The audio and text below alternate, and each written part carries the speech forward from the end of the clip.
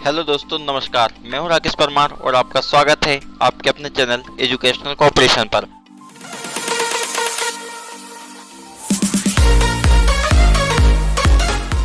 आज हम बात करेंगे फिजिक्स के एक इम्पोर्टेंट चैप्टर फोर्स के पार्ट 2 के बारे में। तो देखते हैं इसके आंसर क्वेश्चन। पहला क्वेश्चन है, give an example in which a force can change the direction of an object. तो देखते हैं, हमें एक एग्जांपल देना है जिसमें क्या होता है, फोर्स की वजह से किसी ऑब्जेक्ट की डायरेक्शन चेंज हो जाती है। तो देखते हैं, a moving bicycle change its direction when a force is applied on a steel it's handle. जैसे कि हम ब्रेक पर फोर्स अप्लाई करते हैं तो डायरेक्शन चेंज हो जाती है हमारी बाईसाइकिल की, और यहाँ पे हम टर्न अप करते हैं तो भी उसकी डायरेक्शन चेंज हो जाती है। सेकंड क्वेश्चन है, which force is responsible for supporting the weight of a book placed on a table। अब हमें बताना है कि कौन सा फोर्स सपोर्ट करता है जो हमारी टेबल उसके ऊपर एक जो बुक रखी है वो वहीं पे रख देती है। तो कौन सा फोर्स वहाँ के उसके लिए रिस्पॉन्सिबल होता है, तो वो होता है हमारा नॉर्मल फोर्स यानी कि कॉन्टेक्ट फोर्स। अब देखते हैं हम question number third, which types of force act on a string pulled from both ends. तो हमें बताना है कि जो हमारा स्ट्रिंग होता है जब उसको हम पुल करते हैं तो दोनों साइड से कौन सा फोर्स लगता है। तो वो लगता है उसमें कॉन्टेक्ट फोर्स, और कॉन्टेक्ट फोर्स में टेंशन। फोर्थ क्वेश्चन है, name the force that is responsible for falling of a stone from a height of the ground. हमें ये बताना है कि ऐसा कौन सा फोर्स है जो रिस्पॉन्सिबल है ऊपर से किसी स्टोन के गिरने के लिए किसी हाइट से। तो वो होता है ग्रेविटेशनल फोर्स। अब देखते हैं हमारा नेक्स्ट क्वेश्चन जो कि question number fifth. Question number fifth में हमसे पूछा है, what to understand by magnetic force. तो मैग्नेटिक फोर्स से हम क्या समझते हैं, the force of attraction that result between a magnet and another object is called magnetic force. तो मैग्नेटिक फोर्स है वो फोर्स ऑफ अट्रैक्शन जो किसी मैग्नेट और किसी आयरन ऑब्जेक्ट के बीच में लगता है, उसको हम बोलते हैं magnetic force. Question number sixth है, why does a rolling ball stop after moving some distance. हमें बताना है कि जो रोलिंग बॉल होती है वो कुछ दूर जाने के बाद क्यों रुक जाती है। तो due to frictional force acting on it which resist और oppose the motion of an object. जो हमारी रोलिंग बॉल होती है उस पर फ्रिक्शनल फोर्स लगता है जिसकी वजह से वो कुछ डिस्टेंस पे जाकर रुक जाती है। अब हम देखते हैं हमारे और क्वेश्चन। तो क्वेश्चन वन है, define force, right it's SI unit. Force क्या है और इसके एसआई यूनिट क्या है ये हमें बताना है। तो अ पुश और पुल acting upon an object as a result of its intersection with another object is called force. Its SI unit is Newton। किसी ऑब्जेक्ट को पुल या पुश करना, उस पर फोर्स अप्लाई करके उसको हम बोलते हैं फोर्स, और इसकी SI यूनिट है न्यूटन। क्वेश्चन नंबर 2 है, what will happen to an object if two equal force act on it opposite direction. हमें ये बताना है कि ऑब्जेक्ट के साथ क्या होगा अगर दोनों साइड से इक्वल फोर्स उस पर अप्लाई होते हैं। तो देखते हैं, if two equal force act on it in opposite direction they balance out each other and the object does not move in any direction. अगर दो इक्वल फोर्स तो अपोजिट डायरेक्शन से लगते हैं तो जो हमारा ऑब्जेक्ट होगा उसमें कोई चेंजेस नहीं आएंगे, क्योंकि वो दो जो फोर्स लग रहे हैं अपोजिट डायरेक्शन की वजह से कैंसिल आउट हो जाएंगे। अब बात करते हैं हमारे क्वेश्चन नंबर थर्ड की जो कि है, What do you understand by normal force? Normal force से आप क्या समझते हैं। तो a force exerted by a surface to support the weight of a body in contact with it, it is called normal force। ऐसा force जो किसी object की या किसी हमारा जो भी वेट है किसी बॉडी का उसको सपोर्ट करता है और उसको वहीं पे कांटेक्ट बना के रखता है, उसको इधर उधर नहीं जाने देता, उसको हम बोलते हैं normal force. It is always perpendicular to the surface, और ये हमेशा परपेंडिकुलर होता है उस सरफेस के। For example, when a book is kept on a table the table exert a normal force. Example के लिए हम समझ लेते हैं कि एक टेबल पर हमारे बुक रखी है तो टेबल और उस बुक के बीच में एक फोर्स लग रहा है और वो फोर्स है नॉर्मल फोर्स, और ये जो नॉर्मल फोर्स है ये उस सरफेस के एकदम परपेंडिकुलर है। अब बात करते हैं हम क्वेश्चन नंबर 4 की, why does a charge balloon stick to a ball. अब हमें ये बताना है कि एक जो चार्ज बलून है वो बॉल के साथ क्यों अटैच हो जाता है। तो समझते हैं, it is due to the electrostatic force between the balloon and the ball. Opposite charge attract each other. अब जब हमारा बलून जो होगा वो चार्ज होगा तो वो बॉल के साथ इसलिए अटैच हो जाएगा क्योंकि हमें पता है अपोजिट चार्ज एक दूसरे को अट्रैक्ट करते हैं। तो जो चार्ज बलून पर क्रिएट हुआ है उसके अपोजिट चार्ज बॉल पे क्रिएट हो जाएगा और वो वहाँ पे अटैच हो जाएगा। नेक्स्ट क्वेश्चन नंबर 5 है, Why is magnetic force considered as an action at a distance force? जो मैग्नेटिक फोर्स है उसको ऐसा कंसिडर क्यों किया गया है action at a distance force, यानी कि कुछ डिस्टेंस से लगने वाला फोर्स। तो समझते हैं, magnetic force comes into play even when the magnet and other object are kept at a distance and not in direct contact with each other. Hence, magnetic force is considered as an action at a distance force. Magnetic force को हमने action at a distance force इसलिए किया है कहा है क्योंकि ये जो मैग्नेटिक फोर्स है ये कुछ डिस्टेंस से भी अप्लाई हो जाता है अगर आयरन्स के पार्टिकल है तो, क्योंकि ये नॉन कॉन्टैक्ट फोर्स है, ये किसी के ऑब्जेक्ट के डायरेक्ट कॉन्टैक्ट में आने से नहीं जबकि दूर से भी लग सकता है, तो इसलिए इसको हम बोलते हैं action at a distance force. अब आगे के क्वेश्चन देखते हैं हम। What are the various effect of force? State one example of each. हमें फोर्स के क्या क्या इफेक्ट है उनको बताना है, एक एग्जांपल देकर। तो पहला effect number 1, a force can move a stationary object. Force की वजह से कोई सा ऑब्जेक्ट जो स्टेशनरी कंडीशन यानी कि रेस्ट में है वो मूव हो जाएगा। जैसे कि एग्जांपल दिया है, pulling a suitcase on it's wheel, suitcase को मूव करवाना एक जगह से दूसरी जगह व्हील्स के हेल्प से। सेकंड है, अ force can stop a moving object. Force की वजह से कोई सा मूविंग ऑब्जेक्ट जो है वो रुक जाएगा। जैसे एग्जांपल है, a ball rolling on a rough surface comes to rest after some time due to force of friction. एक बॉल और जो है हमारी वो रोल कर रही है यानी कि मूव कर रही है रफ सरफेस पे, कुछ समय के बाद वो रेस्ट में आ जाएगी फोर्स ऑफ फ्रिक्शन की वजह से। तो ये भी एक इफेक्ट है फोर्स का। सेकंड है, अ force can change the speed of a moving object. Force की वजह से किसी मूविंग ऑब्जेक्ट की स्पीड में चेंजेस आ सकते हैं। जैसे कि we can increase the speed of a moving swing, we apply a force in the direction of motion to increase its speed। जैसे कोई चीज हमारी मूव हो रही है, जैसे हम बाइक का एग्जांपल लेते हैं, बाइक हमारी मूव हो रही है, उसकी स्पीड को हमने बढ़ा दिया और अचानक से उस पर ब्रेक अप्लाई कर दिया तो उसकी स्पीड जो है वो डिक्रीज हो जाएगी। नेक्स्ट है, a force can change the direction of moving object। Force की वजह से किसी मूविंग ऑब्जेक्ट की डायरेक्शन भी चेंज हो जाती है। जैसे कि a moving bicycle change its direction when a force is applied to steer its handle। जैसे कि एक मूविंग बाइसाइकिल है, उस पर जब हम फोर्स अप्लाई करते हैं उसके स्टीयर पर तो वो अपनी डायरेक्शन चेंज कर लेता है। नेक्स्ट है fifth, a force can change the shape and size of an object. Force की वजह से किसी ऑब्जेक्ट का शेप और साइज भी चेंज हो जाता है। जैसे कि एग्जांपल दिया है इन्होंने, when we make a chapati, a small ball of dough is changed to a flat circular shape of a much bigger size by applying a force with the help of rolling pin। जैसे कि example दिया है, जो हम चपाती बनाते हैं उसमें हम रोल लेते हैं और फिर उसको हम क्या करते हैं, फ्लैट शेप में कन्वर्ट कर देते हैं और फिर उसको सर्कुलर शेप में बना लेते हैं। तो यहाँ पर भी फोर्स का ही काम होता है। अब बात करते हैं नेक्स्ट क्वेश्चन की, जो कि है difference between contact and non contact force.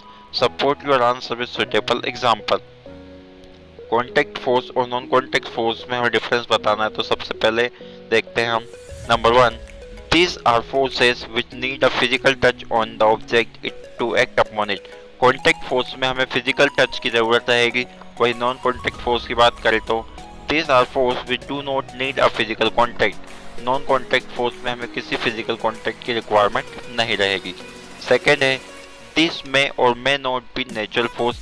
Contact force हमारा नेचुरल फोर्स नहीं है जबकि नॉन कॉन्टैक्ट फोर्स हमारा एक नेचुरल फोर्स है। Third, they can not work from a distance. Contact force किसी डिस्टेंस से काम नहीं करेगा, इसमें बॉडी का कॉन्टैक्ट होना बहुत जरूरी है, जबकि नॉन कॉन्टैक्ट फोर्स में एक डिस्टेंस से काम करेगा हमारा ऑब्जेक्ट। नेक्स्ट है fourth point, its various types are applied force, normal force, tension, friction force. Contact force के अलग अलग टाइप्स है, जैसे कि अप्लाइड फोर्स, नॉर्मल फोर्स और टेंशन या फिर फ्रिक्शनल फोर्स। जबकि हम बात कर लेते हैं नॉन कॉन्टैक्ट फोर्स की, तो नॉन कॉन्टैक्ट फोर्स में मैग्नेटिक फोर्स है, इलेक्ट्रोस्टैटिक फोर्स है, ग्रेविटेशनल फोर्स है, एक्सेट्रा। इसका एग्जांपल हम देख लेते हैं 5 पॉइंट्स में। Player kicking a ball, game of tug of war, rolling ball stop itself, horse pulling a cart. जैसे कि एक प्लेयर किक करता है बॉल को, रोलिंग बॉल स्टॉप हो जाती है, फोर्स पुल करता है कार्ड को, तो ये एक तरह का कॉन्टैक्ट फोर्स है। जबकि अगर बात करें नॉन कॉन्टैक्ट फोर्स की, तो magnet attract iron nails, magnet जो है वो आयरन के पार्टिकल को अट्रैक्ट करती है। Mango falling from tree, mango जो है वो नीचे गिरता है पेड़ से। Charge plastic ruler attract bits of dry paper, जब किसी दो सरफेस को हम रब करते हैं तो उस पर चार्ज क्रिएट हो जाता है और वो डस्ट पार्टिकल को विदाउट एनी कॉन्टैक्ट अपनी तरफ अट्रैक्ट कर लेता है। अब बात करते हैं हम क्वेश्चन नंबर 3 की। List all the force acting on a body sitting on a chair with the help of suitable diagram. यहाँ पर एक हमें डायग्राम दिया है और यहाँ पे हमें बताना है कि कौन सा फोर्स कहाँ पे लग रहा है। तो सबसे पहले देखते हैं नंबर 1, एक फोर्स लग रहा है ग्रेविटेशनल फोर्स, जिसकी वजह से वो पर्सन जो है यहाँ पर बैठा हुआ है या सिट है, डाउनवर्ड डायरेक्शन में लग रहा है वो। सेकंड में लग रहा है नॉन कॉन्टैक्ट फोर्स या नॉर्मल फोर्स, जो अपर डायरेक्शन में लग रहा है, और ग्रेविटेशनल फोर्स यानी कि जो डाउनवर्ड डायरेक्शन में लग रहा है, और नॉर्मल फोर्स जो अपर डायरेक्शन परपेंडिकुलर लग रहा है, वो दोनों इक्वल और अपोजिट है, इसलिए बैलेंस कंडीशन में, और वो पर्सन जो भी है वो रेस्ट में है। क्वेश्चन नंबर 4 है, why do all object have a tendency to fall toward the centre of earth. अब हमें ये बताना है कि जो भी हमारे ऑब्जेक्ट है उनके अंदर ऐसी टेंडेंसी, कौन सी टेंडेंसी है जिसकी वजह से वो हमारे अर्थ के सेंटर की तरफ अट्रैक्ट होते हैं या गिरते हैं। तो देखते हैं, gravitational force exerted by the earth is very strong. जो अर्थ के द्वारा ग्रेविटेशनल फोर्स लगाया जाता है वो काफी ज्यादा स्ट्रॉन्ग होता है। This force attract all object on earth towards its centre. इसी फोर्स की वजह से सारे ऑब्जेक्ट को वो अर्थ के सेंटर की तरफ अट्रैक्ट करता है। This is why all object on earth have tendency to fall toward the centre of earth. और यही एक रीजन है कि जितने भी हमारे ऑब्जेक्ट है वो अर्थ के सेंटर की तरफ अट्रैक्ट होते हैं, और वो होते हैं ग्रेविटेशनल फोर्स की वजह से। अब हम आगे देखते हैं, differentiate between mass and weight of an object. हमें डिफरेंशिएट बताना है मास और वेट के बीच में, तो समझते हैं। Difference between mass and weight means completely different thing in physics. Mass और वेट का जो मीनिंग है फिजिक्स के अकॉर्डिंग पूरी तरीके से अलग है। The amount of matter that an object contain constitute its mass. जो अमाउंट है मैटर का, जो भी उस ऑब्जेक्ट के अंदर मैटर है, जो छोटे छोटे पार्टिकल है, उसको हम बोलते हैं mass. The gravitational force acting on this mass is called the weight of the object. और जब इसके साथ ग्रेविटेशनल फोर्स भी अप्लाई हो जाता है तो उसको हम बोलते हैं वेट। यानी कि मास जो है वो सिर्फ उन पार्टिकल का अमाउंट है या अमाउंट ऑफ मैटर है, वही ग्रेविटेशनल फोर्स जो है वो एक जबकि जो वेट है वो ग्रेविटेशनल फोर्स के साथ जो चीजें काउंट हो रही है वो हमारा वेट है। Mass of an object always remains the same. जो किसी ऑब्जेक्ट है हमारा, उसका मास हमेशा सेम रहता है, जबकि वेट कहीं कहीं पे चेंज हो जाता है। क्यों चेंज हो जाता है? क्योंकि ग्रेविटेशनल फोर्स भी चेंज होता रहता है प्लेस टू प्लेस। यही एक रीजन है कि जो हमारा वेट है बॉडी का वो टाइम टू टाइम चेंज हमें दिखाई देता है। क्योंकि ग्रेविटेशनल फोर्स अलग अलग प्लेस का अलग अलग है। अब देखते हैं नेक्स्ट क्वेश्चन, जो कि है squeezing out the juice from orange. Orange से जूस को बाहर निकालना, तो ये कैसा है तो देख लेते हैं। Agent exerting the force can be a machine, electric power और human. The object on which the force is acting on the orange, the force is moving the orange and changing the shape of it. अब हमारा जो orange है उस पर हम एक force apply करते हैं, या तो ह्यूमन अप्लाई कर देगा या मशीन की हेल्प से अप्लाई होगा, और उसका शेप चेंज होगा। उसी वजह से जो ऑरेंज हमारा उससे जूस बाहर निकलेगा। नेक्स्ट क्वेश्चन है taking out ointment from a medical tube. Medical tube से ऑइंटमेंट को बाहर निकालना कैसे तो देखते हैं। Agent exerting the force is human finger. The object on which the force is acting in the medical tube, the force is changing the shape of the tube and moving the ointment out of the tube। जो agent है या जो human fingers है वो उसकी wall पर medicinal tube पर force apply करेगी, जिसकी वजह से उसका शेप चेंज होगा और ट्यूब से कुछ लिक्विड्स जो है वो बाहर निकल जाएंगे। अब देख लेते हैं हम question number 3। A child jumping to a height. एक बच्चा जो हाइट से जंप कर रहा है, तो वो भी देख लेते हैं। Agent exerting the force is the child himself. The object on which the force is acting is the child himself. The force is moving the child from a stationary object. अब यहाँ पर जो चाइल्ड है वो खुद muscle force apply करके jump कर रहा है एक हाइट से, जिसकी वजह से उस पे स्टेशनरी कंडीशन से वो मूवेबल कंडीशन में आ गया है। अब देखते हैं हमारे कुछ न्यूमेरिकल प्रॉब्लम। तो पहला इसमें क्वेश्चन है, two forces pull a cart in a same direction with a force of 500 Newton each, find the resultant force acting on a cart। अब हमें ये बताना है दो हॉर्स है और दोनों सेम डायरेक्शन में एक कार्ट को खींच रहे हैं और हर एक जो हॉर्स है वो 500 न्यूटन का फोर्स लगा रहा है, तो वहाँ पे रिजल्टेंट फोर्स कितना होगा। तो यहाँ तो हमें क्लियरली पता चल जाएगा, ये हमारा कार्ट है, एक हॉर्स इस पे 500 न्यूटन का फोर्स लगा रहा है, दूसरा भी इस पे 500 न्यूटन का फोर्स लगा रहा है, तो टोटल मिलाकर ये 1000 न्यूटन हो जाएगा। क्यों? क्योंकि ये दोनों फोर्स सेम डायरेक्शन में ही अप्लाई हो रहा है। अब देखते हैं हमारा नेक्स्ट क्वेश्चन जो कि है, two force 12 newton and 25 newton acting on a body to the left hand side. अब दो फोर्स लग रहे हैं हमारे एक बॉडी के ऊपर, एक 12 न्यूटन का और एक 25 न्यूटन का लेफ्ट हैंड साइड पर, while another force of 35 Newton act on its right hand side। जबकि राइट हैंड साइड पर 35 न्यूटन का एक और फोर्स लग रहा है, तो हमें बताना है कि वहाँ पर रिजल्टेंट फोर्स क्या होगा। तो हम लेफ्ट हैंड साइड के फोर्स को एक तरफ काउंट कर लेंगे और राइट हैंड साइड के फोर्स को एक तरफ। तो लेफ्ट हैंड साइड के फोर्स हो जाएंगे हमारे 12 और 25 यानी कि 37 न्यूटन, और वहीं हमारा राइट साइड पे जो फोर्स है वो है 35 न्यूटन। तो यहाँ पे रिजल्टेंट फोर्स हो जाएगा, क्योंकि एक लेफ्ट साइड पे लग रहा है और दूसरा हमारा राइट साइड पे, तो इन दोनों का डिफरेंस कितना हो जाएगा, इन दोनों का डिफरेंस हो जाएगा 37 में से 35 गए तो 2 न्यूटन। 2 न्यूटन का फोर्स ज़्यादा अप्लाई हो रहा है हमारा लेफ्ट हैंड साइड से, तो हमारा ऑब्जेक्ट जो है वो लेफ्ट हैंड साइड में मूव करेगा और उस पर जो ज़्यादा फोर्स होगा या रिजल्टेंट फोर्स होगा वो होगा 2 न्यूटन का। अब देखते हैं हम क्वेश्चन नंबर 3।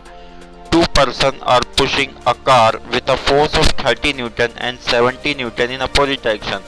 दो पर्सन एक कार को पुश कर रहे हैं, एक जो है 30 न्यूटन का फोर्स लगा रहा है जबकि 70 न्यूटन का फोर्स दूसरा पर्सन लगा रहा है, और अपोजिट डायरेक्शन जो लगा रहा है वो। Calculate the resultant force. तो यहाँ पर रिजल्टेंट फोर्स क्या होगा, तो वही हम सपोज कर लेते हैं ये हमारी लेफ्ट डायरेक्शन है और ये राइट है। लेफ्ट से हमारा फोर्स लग रहा है 30 न्यूटन, वही राइट से लग रहा है 70 न्यूटन। तो जब लेफ्ट और राइट से लगेगा तो हम इन दोनों का डिफरेंस निकाल देंगे।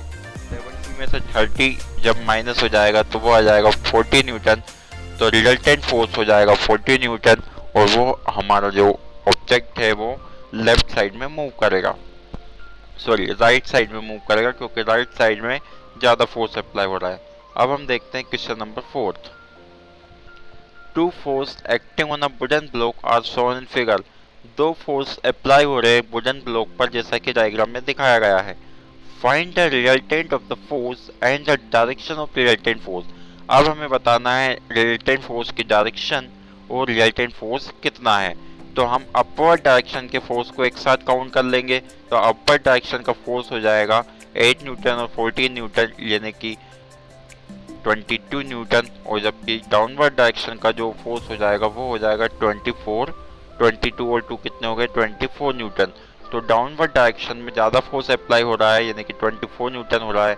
तो वापस हम इनका डिफरेंस निकाल लेंगे, तो 2 न्यूटन हमारे रिजल्टेंट फोर्स हो जाएगा और डायरेक्शन हो जाएगी डाउनवर्ड डायरेक्शन, क्योंकि नीचे वाली साइड में ज़्यादा फोर्स अप्लाई हो रहा है। अब हम क्वेश्चन देखते हैं हमारे कुछ फ्रिक्शन पर based fill in the blanks क्वेश्चनों को। पहला क्वेश्चन है, more the roughness of surface greater the. अगर सरफेस की रफनेस ज़्यादा होगी तो वहाँ पे फोर्स ऑफ फ्रिक्शन ज़्यादा होगा, फ्रिक्शन आ जाएगा वहाँ पर। सेकेंड है, rolling friction offer less resistance than sliding friction. किसी ऑब्जेक्ट को रोल करेंगे तो उस पर कम रेसिस्टेंस अप्लाई होगा जबकि स्लाइड करेंगे तो ज़्यादा होगा। थर्ड है, weight remaining the same, friction is independent of area of surface contact. Weight जो है हमारा वो हर जगह पर सेम नहीं रहता है, जबकि जो फ्रिक्शन है वो एरिया से इंडिपेंडेंट रहता है। नेक्स्ट है, the force of friction acting between two bodies in contact while at rest is known as static friction. जब हमारा फोर्स ऑफ फ्रिक्शन अप्लाई होगा दो बॉडीज में जो कि कांटेक्ट में है, और जब वो रेस्ट में जाएगी तो वहां पे हम उसको बोल देंगे स्टैटिक फ्रिक्शन। फिफ्थ है sliding friction and rolling friction are types of dash friction. तो स्लाइडिंग फ्रिक्शन और रोलिंग फ्रिक्शन दोनों ही हमारे काइनेटिक फ्रिक्शन के अंदर आते हैं। अब हम देखते हैं चूज द करेक्ट ऑप्शन के क्वेश्चन। तो पहला इसमें क्वेश्चन है force of friction comes into play when number 1 object attempt motion, moving object tries to stop object at rest. हमारा ऑब्जेक्ट रेस्ट में है तब भी वहां पे फोर्स ऑफ फ्रिक्शन काम करेगा। अगर कोई सा ऑब्जेक्ट मूव कर रहा है तो भी वहां पे काम करेगा, और कोई सा ऑब्जेक्ट हमारा मोशन में है तब भी वहां पे काम करेगा। तो यानी कि इसके ऑप्शन हो जाएंगे all of this. Friction always, friction की वजह से हमेशा क्या होता है, support motion, start motion, encourage motion या अपोज मोशन। तो इसका आंसर हो जाएगा अपोज मोशन। थर्ड क्वेश्चन है फ्रिक्शन इज ऑफर्ड बाय। तो फ्रिक्शन कौन ऑफर्ड करता है, सॉलिड, लिक्विड और गैस, तीनों ही के बीच में फ्रिक्शन होता है। तो यहाँ पे ऑल ऑफ दिस आ जाएगा। फोर्थ क्वेश्चन है a car skids on a bed और मडी रोड ड्यू टू। एक हमारी जो कार है वो बेड और मडी रोड पर स्किड्स करती है, स्लाइड करती है, वो किसकी वजह से, तो उसका आंसर हो जाएगा reduce friction between the road and the tyres. Road और टायर के बीच में फ्रिक्शन काफी ज्यादा कम हो गया है, इसकी वजह से वो स्लाइड करेगी। फिफ्थ क्वेश्चन है friction for an object can be reduce by. किसी ऑब्जेक्ट के बीच में अगर हमें फ्रिक्शन को रिड्यूस करना है तो हम वहाँ पे स्ट्रीमलाइन उसका सेव कर देंगे, वहाँ पे व्हील्स प्रोवाइड कर देंगे और लुब्रिकेंट्स को लगा देंगे। तो यानी कि ऑल ऑफ दिस इसका आंसर हो जाएगा। नेक्स्ट क्वेश्चन है फ्रिक्शन प्रोड्यूस, फ्रिक्शन की वजह से क्या प्रोड्यूस होता है, तो हीट प्रोड्यूस होती है। सेवंथ क्वेश्चन है if you pour some oil into a floor the friction would. अगर आप जो हमारा फ्लोर है उस पर कुछ ऑयल ड्रॉप्स डाल दोगे तो वहां पे फ्रिक्शन इंक्रीज हो जाएगा या डिक्रीज हो जाएगा। तो हम स्लाइड करेंगे यानी कि वहां पे फ्रिक्शन जो है वो डिक्रीज हो गया है। अब हम देखते हैं कुछ हमारे फिल इन द ब्लैंक्स के क्वेश्चन। तो पहला क्वेश्चन है इसमें rolling friction is less than sliding friction. जो हमारा रोलिंग फ्रिक्शन होता है वो कम होता है स्लाइडिंग फ्रिक्शन से। सेकेंड है smooth the surface less the friction. जितनी ज्यादा हमारी सरफेस स्मूथ होगी उतना ही ज्यादा फ्रिक्शन वहां पे होगा। थर्ड है friction depends upon the weight of an object. जो फ्रिक्शन है वो हमारे ऑब्जेक्ट के वेट पर डिपेंड करता है। फोर्थ है friction is a type of, friction एक तरह का कांटेक्ट फोर्स है। फिफ्थ क्वेश्चन है bicycle use ball bearing to reduce friction. जो हमारी बाईसाइकिल होती है उसमें छोटे छोटे स्टील के वॉल बेयरिंग लगे रहते हैं जिसकी वजह से वहां पे फ्रिक्शन काफी ज्यादा कम हो जाता है और पेडल्स को आसानी से हम मूवेबल कंडीशन में ले आते हैं। अब आते हैं हमारे ट्रू फॉल्स के क्वेश्चन। तो पहला क्वेश्चन है इसमें friction wears downs the parts of machine. तो यहाँ पर फ्रिक्शन की वजह से हमारे जो मशीन्स के पार्ट है वो ब्रेक, वियर और टियर उनमें हमें देखने को मिलती है। तो इसका आंसर ट्रू हो जाएगा। सेकंड है friction has no relation with our walking और रनिंग। फ्रिक्शन का कोई रिलेशन नहीं है हमारी वॉकिंग और रनिंग से, तो ये गलत हो जाएगा बिल्कुल, क्योंकि यहाँ पे फ्रिक्शन अप्लाई हो रहा है। थर्ड क्वेश्चन है friction help us to grip the object in our hand. Friction help करता है किसी ऑब्जेक्ट में अगर ग्रिप है तो वहां पर, ये इसका आंसर ट्रू हो जाएगा। फोर्थ है tyres of vehicles are provided with grooves design to decrease friction. जो हमारे व्हीकल्स के टायर्स जो है उनमें ग्रिप बनाए जाते हैं फ्रिक्शन को कम करने के लिए। ये क्या ये सही है? तो ये क्या हो जाएगा, इसका गलत हो जाएगा। वहां पे फ्रिक्शन को डिक्रीज करने के लिए नहीं बल्कि फ्रिक्शन को इंक्रीज करने के लिए ग्रिप बनाए जाते हैं। फिफ्थ क्वेश्चन है friction is offered by the all the three states of matter. जो फ्रिक्शन है क्या वो सॉलिड, लिक्विड और गैस तीनों स्टेट्स ऑफ मैटर में अप्लाई होता है, तो आंसर हो जाएगा ट्रू। अब हमारे यहाँ पर कुछ मैच द फॉलोइंग के क्वेश्चन है, तो हम कॉलम ए को कॉलम बी से मैच करते हैं। पहला क्वेश्चन है रोलिंग फ्रिक्शन। तो रोलिंग फ्रिक्शन कहाँ होता है हमारा, व्हील्स ऑफ अ कार पर। सेकंड है स्टैटिक फ्रिक्शन। तो स्टैटिक फ्रिक्शन कहाँ पे अप्लाई होता है, book placed on table top, इसी को हम नॉर्मल फ्रिक्शन भी कहते हैं। थर्ड है रिड्यूसिंग फ्रिक्शन। तो रिड्यूसिंग फ्रिक्शन को हम रेगुलर ऑयलिंग कर रोक सकते हैं। और इंक्रीजिंग फ्रिक्शन, फ्रिक्शन को कैसे इंक्रीज कर सकते हैं, तो हम मेकिंग ग्रुप डिजाइन, हम उसमें ग्रिप्स बनाकर फ्रिक्शन को इंक्रीज कर सकते हैं। अब आगे में हम कुछ आंसर क्वेश्चनों को देखते हैं। तो पहला क्वेश्चन है इसमें a child tries to slide a wooden block on a top of a table. एक जो बच्चा है वो स्लाइड करना चाह रहा है एक वुडन ब्लॉक पर, but she is unable to get a smooth movement, लेकिन उसको एक स्मूथ मूवमेंट नहीं ले पा रहा है. What material do you suggest she should use in between the block and table to get a smooth movement? तो अगर उस बच्चे को एक स्मूथ मूवमेंट लेना है उस ब्लॉक के ऊपर तो उसमें कौन सा मटेरियल वो यूज करे, तो वो वहां पर can use pencil as roller under the wooden block, यानी कि वहां पे उसको मूव होना है वुडन ब्लॉक के ऊपर, स्लाइड करवाना है किसी चीज को, तो वो एक सर्कुलर शेप की पेंसिल का यूज कर सकता है जो आसानी से वहां पे रोल करेगी. सेकंड क्वेश्चन है why is it difficult for a pen to leave a mark on a highly smooth plastic sheet? हमारा जो पेन होता है उसके लिए काफ़ी ज़्यादा डिफ़िकल्टीज होती है, क्यों? जो हाईली स्मूथ प्लास्टिक शीट होती है उस पर लिखने पे, तो वहाँ पर जो फ्रिक्शन होता है वो काफ़ी ज़्यादा कम होता है. पेन जो है हमारी पेन की जो निब है वहाँ पे वो इजीली चल नहीं पाएगी क्योंकि वहाँ पे फ्रिक्शन जो है बहुत ज़्यादा कम है. थर्ड क्वेश्चन है name the force responsible for opposing the motion between two bodies in contact. उस फोर्स का हमें नाम बताना है जो अपोज करता है दो बॉडी के मोशन को, तो वहां पे होता है फोर्स ऑफ फ्रिक्शन या फिर हम कह सकते हैं फ्रिक्शनल फोर्स. फोर्थ क्वेश्चन है name a method used to reduce friction. ऐसी मेथड कौन से जिससे फ्रिक्शन कम हो सकता है, तो वो है लुब्रिकेंट का यूज कर या ऑयलिंग कर. अब आते हैं और भी क्वेश्चन आंसर के बारे में देखते हैं. पहला क्वेश्चन है when you push something heavy the resistance you feel decrease as soon as the object start moving. explain the reason. जब हम किसी हैवी चीज को पुश करते हैं तो रेसिस्टेंस वहां पर डिक्रीज होता जाता है, तो ऐसा क्यों, उसका रीजन क्या है वो हमें बताना है. It is because when the object it rest static friction occurs. ऐसा इसलिए होता है क्योंकि जब हमारा ऑब्जेक्ट रेस्ट में होता है तो वहां पे स्टैटिक फ्रिक्शन रहता है. The static friction is maximum when the applied force is just sort of force required to start motion between the two bodies in contact. Once the object start moving, friction we feel decrease. जब जो हमारा static friction maximum तब होता है जब हमारा object पे हम कोई फोर्स लगाते हैं और वो मूवेबल कंडीशन में आने ही वाला होता है, लेकिन जैसे ही वो मूवेबल कंडीशन में आ जाएगा तो वहाँ पे स्टैटिक फ्रिक्शन कम हो जाएगा और फिर धीरे धीरे हम उसको रोल करवा पाएंगे. नेक्स्ट क्वेश्चन है define rolling friction and give an example where rolling friction comes into play. Rolling friction क्या है इसका एक एग्जांपल दो और इसको कहां पर इंपॉर्टेंस है. तो when we roll an object on a surface the friction produced between the object and the surface is called rolling friction. जब हम किसी ऑब्जेक्ट को किसी सरफेस पर रोल करते हैं और वहां पे जिस टाइप का फ्रिक्शन प्रोड्यूस होता है उस टाइप के फ्रिक्शन को हम रोलिंग फ्रिक्शन कहते हैं. और इसका एग्जांपल हो जाएगा we pull our large suitcase on wheels.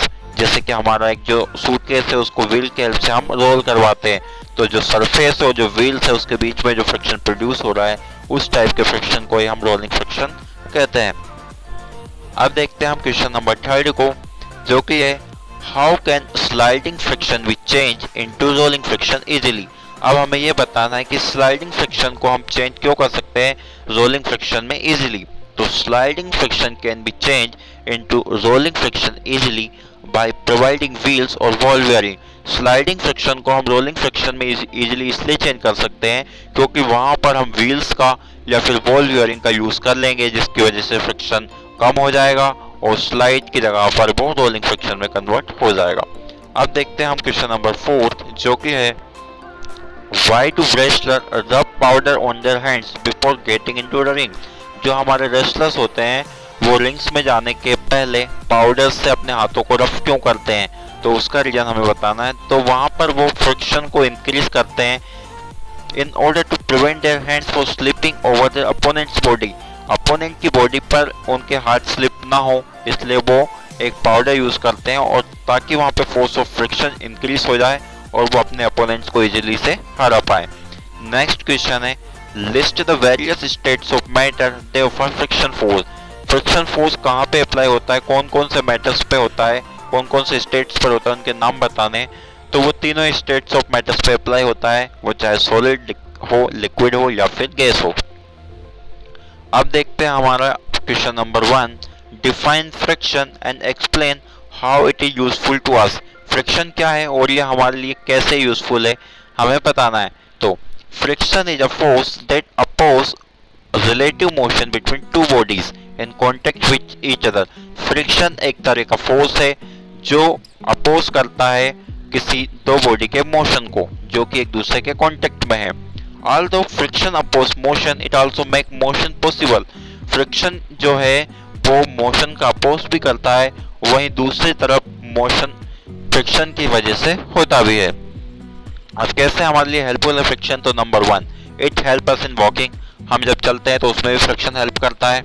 In the absence of friction we may slip और मूव। अगर हमारे फ्रिक्शन नहीं होगा तो या तो हम मूवेबल कंडीशन में ही नहीं आ पाएंगे और अगर मूव कर रहे हैं तो फिर स्टॉप वाली कंडीशन में नहीं आ पाएंगे।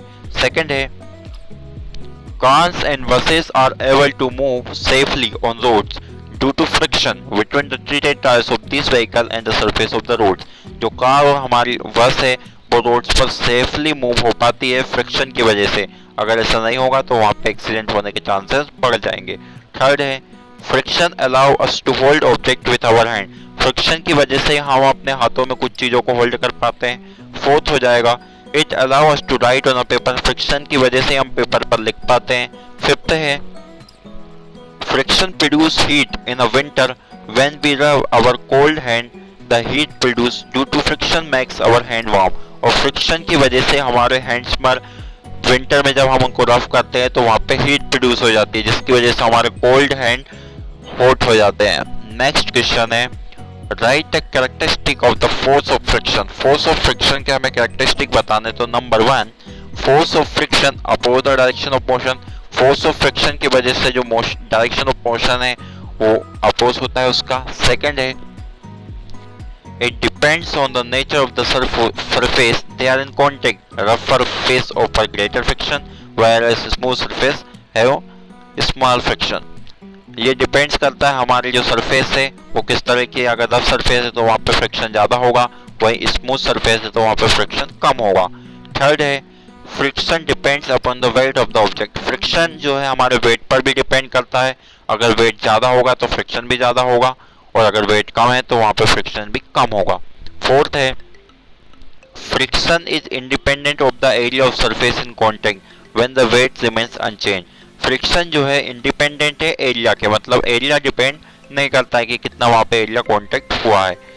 नेक्स्ट क्वेश्चन थर्ड है how is frictional harmful to us? Write some ways by which ones can reduce friction. Friction हमारे लिए क्यों हार्मफुल है और किससे हम इसको रिड्यूस कर सकते हैं उसका एक एग्जांपल भी हमें बताना है। तो नंबर 1 डिसएडवांटेजेस हम देख लेते हैं। तो इसमें पहला पॉइंट है friction produce heat which damage the moving part of machine. Friction की वजह से हीट प्रोड्यूस होती है जिसकी वजह से हमारी जो मशीन है उसके पार्ट डैमेज हो सकते हैं, उसमें वेयर टीयरिंग हो सकती है। Second friction produce wear and tear on the contacting surface. This reduce the life of machine parts tyre and soles. Friction की वजह से वेयर और टीयर देखने को मिलती है जब कांटेक्ट होता है दो सरफेस के बीच में, जैसे कि मशीन के पार्ट टूट जाते हैं, हमारे टायर्स रफ हो जाते हैं और शूज के जो सोल्स होते हैं वो भी धीरे धीरे खत्म होते जाते हैं। थर्ड है a lot of energy is wasted due to friction to overcome it before moving. बहुत ज़्यादा हमें एनर्जी वेस्ट करनी पड़ती है फ्रिक्शन की वजह से जब हम किसी ऑब्जेक्ट को मूव करवा रहे हैं, क्योंकि रेस्ट से हम उसको मोशन में लेके आएंगे तो वहाँ पे हमें काफ़ी ज़्यादा एनर्जी या फोर्स लगाना पड़ेगा। अब फ्रिक्शन को हम कैसे रिड्यूस कर सकते हैं? नंबर 1 प्रोवाइडिंग बॉल बेयरिंग और व्हील्स। बॉल बेयरिंग या व्हील्स को प्रोवाइड कर लें दो सरफेस के बीच में। सेकंड ऑयल और लुब्रिकेंट का यूज कर ले। थर्ड पॉलिशिंग कर ले रफ सरफेस पर। फोर्थ है उस बॉडी का शेप हम स्ट्रीमलाइन बना दें जिससे कि फोर्स ऑफ फ्रिक्शन कम हो जाए, जैसे कि एरोप्लेन का जो स्ट्रक्चर होता है वो स्ट्रीमलाइनिंग होता है। अब हमारा नेक्स्ट क्वेश्चन है 3 different ways by which friction can be increase to help us in various situation. अब हमें यहाँ पे कुछ कंडीशन दी हुई है और हमें बताना है कि वहाँ पे हम फ्रिक्शन को कैसे इंक्रीज कर सकते हैं। तो number 1 tyres of oil vehicle है ग्रुप डिजाइन। अगर जो हमारे टायर्स है वहाँ पे हमें फ्रिक्शन को इंक्रीज करना है तो हम उनमें ग्रुप्स बना देंगे, ग्रिप्स बना देंगे, जिसकी वजह से उसकी सरफेस रफ हो जाएगी, वहाँ पे फोर्स ऑफ फ्रिक्शन ज़्यादा हो जाएगा। सेकेंड है हमारे जो शूज है वहां पे फ्रिक्शन को इंक्रीज करना है तो हम उसमें स्पाइक्स रहते हैं, जिसकी वजह से वहां पे फोर्स ऑफ फ्रिक्शन इंक्रीज हो जाता है। थर्ड है जो हमारी मोटर बाइसाइकिल होते हैं उसके हैंडल्स जो होते हैं उसमें भी स्पाइकल्स लगे रहते हैं, जिसकी वजह से हम उनको अच्छे से पकड़ पाए और एक्सीडेंट के चांसेस कम हो जाते हैं। अब नेक्स्ट क्वेश्चन है, यहाँ पे हमें कुछ रीजन बताने हैं, जैसे कि पहला है vehicle skid on muddy and wet road suggest what types of tyre can prevent skidding on vehicle. जो हमारे व्हीकल्स होते हैं वो मडी रोड्स पर स्किप्ड हो जाते हैं, तो ऐसे कौन से टायर्स को हम यूज करें जिसकी वजह से स्किप ना हो। तो vehicles skid on muddy and wet roads as the roads become smooth and offer less friction। जो हमारे व्हीकल्स होते हैं वो मडी रोड्स पर स्किप हो जाते हैं, क्योंकि वहां पर फ्रिक्शन काफी ज्यादा कम लगता है। टायर्स आर देयरफॉर ग्रुप, इसको कम करने के लिए हमारे जो टायर्स होंगे उसमें हम ग्रिप बनवा लेंगे, ग्रुप बनवा लेंगे, जिसका 3 different ways by which friction can be increase to help और व्हीकल्स हमारे स्लिप नहीं होंगे। सेकंड क्वेश्चन है boats and ships have streamline shape. जो बोट और शिप होती है उनका डिजाइन या उसका शेप स्ट्रीमलाइन होता है, क्योंकि वहां पर भी स्ट्रीमलाइन शेप की वजह से फोर्स ऑफ फ्रिक्शन कम हो जाता है। थर्ड क्वेश्चन है brakes handles of motorcycle are generally covered with 12 cloths. जो हमारे ब्रेक होते हैं मोटरसाइकिल के वो कवर्ड रहते हैं क्लॉथ से, ऐसा क्यों? तो समझते हैं। Rough 12 cloth on the handles of motorcycle provides good grips. जो हमारे बाईसाइकिल होते हैं या मोटर बाइक होती है उस पे जो हमारा ब्रेक होता है उस पे 12 क्लॉथ लगे रहते हैं और उसमें गुड ग्रिप प्रोवाइड होते हैं, जिसकी वजह से फोर्स ऑफ फ्रिक्शन इंक्रीज हो जाता है और हम इजीली हमारे बाईसाइकिल को या मोटर बाइक को कंट्रोल कर पाते हैं। अब यहाँ पे एक हमें पजल दी हुई है, इसको हमें सॉल्व करना है, तो देखते हैं। अब यहाँ पे हमें पहले जो थर्ड पॉइंट है उसमें क्रॉसवर्ड जाना है, देखते हैं क्या दिया है। The force of friction cause due to fluid. Fluid में कौन सा फोर्स ऑफ फ्रिक्शन लगता है? तो वो होता है ड्रैग। फोर्थ है types of friction acting between two bodies at rest. दो बॉडी जो कि रेस्ट में है वहां पे कौन सा फोर्स लगेगा? तो फोर्थ हो जाएगा स्टैटिक फ्रिक्शन या नॉर्मल फ्रिक्शन। फिफ्थ है types of friction which occurs when applied force overcome static friction. वो कौन सा फोर्स है जिसमें हमारा रेस्ट वाला जो फोर्स है या अप्लाइड फोर्स वो किस में कन्वर्ट हो जाता है? स्टैटिक फ्रिक्शन में, तो वो है हमारा काइनेटिक। सिक्स्थ है special body design to enable minimum drag down. Sixth में आंसर हो जाएगा हमारा, उनका हो जाएगा स्ट्रीमलाइन। फोर्स ऑफ फ्रिक्शन वहां पे क्या हो जाएगा? कम हो जाएगा। अब हमें डाउनवर्ड डायरेक्शन में जाना, तो पहला पॉइंट इसमें types of force which depends upon the roughness of surface, तो वो होता है फ्रिक्शन या फ्रिक्शनल फोर्स। सेकंड हो जाएगा an effect of friction, friction की वजह से क्या प्रोड्यूस होगा? तो हीट। तो दोस्तों ये था हमारे चैप्टर फोर्स का पार्ट 2। उम्मीद करता हूँ आपको वीडियो पसंद आई होगी। अगर आपको वीडियो पसंद आई है तो अपने दोस्तों में शेयर करें, और अगर आप हमारे इस चैनल पर नए हैं तो चैनल को सब्सक्राइब करें, और आगे आप क्या देखना चाहते हैं उसके लिए हमें कमेंट करें। तो मिलते हैं नेक्स्ट वीडियो में, तब तक के लिए बाय बाय।